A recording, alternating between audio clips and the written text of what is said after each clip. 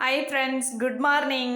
இன்னைக்கு மண்டே காலையில் என்ன சமையல்னு வாங்க பார்க்கலாம். காலையில் வீடியோ எடுக்கல, லேட் ஆகி போச்சு, அதனால் போயிட்டேன். இப்போ தான் வந்தேன். பாருங்கள், லெமன் சாதம் இது லெமன் சாதம் எல்லோரும் சாப்பிட்டாங்க.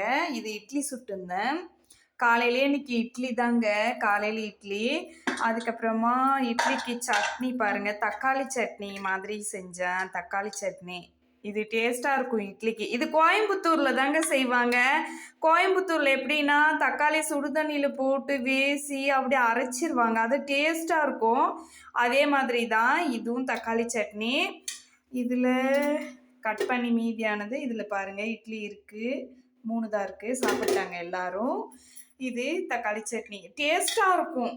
நீங்கள் கூட ட்ரை பண்ணி பாருங்கள். எனக்கு இந்த சட்னி ரொம்ப பிடிக்கும். அப்புறம் சோறு செஞ்சுருந்தேன்.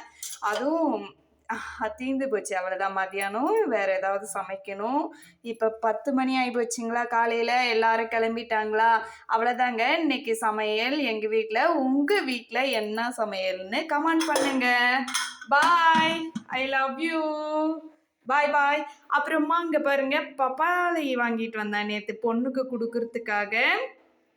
இது இப்போ சீவி நேற்று ஒன்று கொடுத்தேன், ஒரு பழம் நேற்று கொடுத்துட்டேன். இன்றைக்கி இந்த பழத்தை சீவி கட் பண்ணி கொடுக்க போகிறேன்.